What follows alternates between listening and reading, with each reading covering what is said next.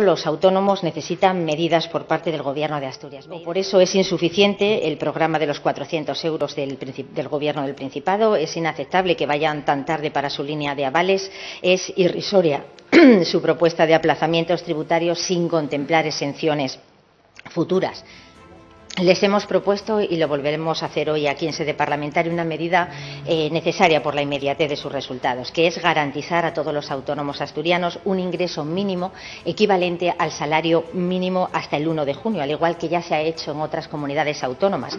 Un ingreso mínimo que ya deberían haber recibido y que contemple, nosotros planteábamos que se pague de manera inmediata a aquellos autónomos cuya facturación mensual haya sufrido una caída del 10% respecto a la facturación media del mismo semestre en 2019.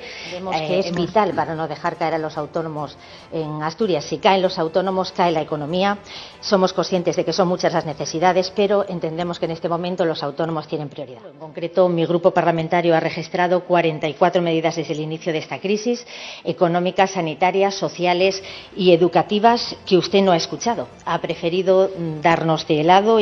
Asturias se encuentra con que tiene el quinto peor índice de letalidad de toda España. Es decir, Asturias es una de las regiones donde se muere más gente afectada. En este momento somos la quinta, señor Barbón. Una alta letalidad que es el resultado de la nefasta gestión que su Gobierno ha hecho en las residencias de ancianos, que cuentan ya con el 60% del total de los fallecidos y que ha llevado a algunos medios de comunicación a denominar las cámaras del espanto. La falta de gestión durante el estado de alarma ha hecho que los desempleados, lo hemos visto, lo vimos ayer, hayan subido en Asturias en abril en 6.342 personas, un porcentaje superior al medio de España. En los 2 últimos meses, más de 10.500 personas han perdido su trabajo en Asturias, y a estos hay que sumarles los 59.221 trabajadores acogidos a un ERTE, de los que muchos, por la ineficacia socialista, siguen sin cobrar.